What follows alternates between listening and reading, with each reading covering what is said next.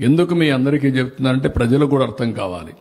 మన బాడీ ఉంది, మన బాడీకి కొన్ని న్యూట్రిషియస్ ఫుడ్ కావాలి. కార్బోహైడ్రేట్స్ కావాలి, ప్రోటీన్ కావాలి, ఫ్యాట్ కావాలి, మైక్రోన్యూట్రియంట్స్ కావాలి. ఇవన్నీ కలిపితేనే బాడీ అన్ని విధాలా బాగుంటుంది. ఒకవేళ కానీ ఎక్కువ కార్బోహైడ్రేట్స్ తింటే షుగర్ వస్తుంది. షుగర్ వస్తే your body is vulnerable for all diseases. అక్కడి నుంచి ఇంక మొత్తం డిట్రియేషన్ వస్తుంది. దీని మీద నువ్వు కెమికల్స్ తినాల్సి వస్తుంది. ఫార్మాస్యూటికల్స్ ఏంటి? కెమికల్. ఒకసారి కెమికల్ తీసుకుంటే సైడ్ ఎఫెక్ట్స్. అక్కడి నుంచి బాడీ డిట్రియేట్ అవుతా వస్తుంది. సాయిల్ కూడా అంతే.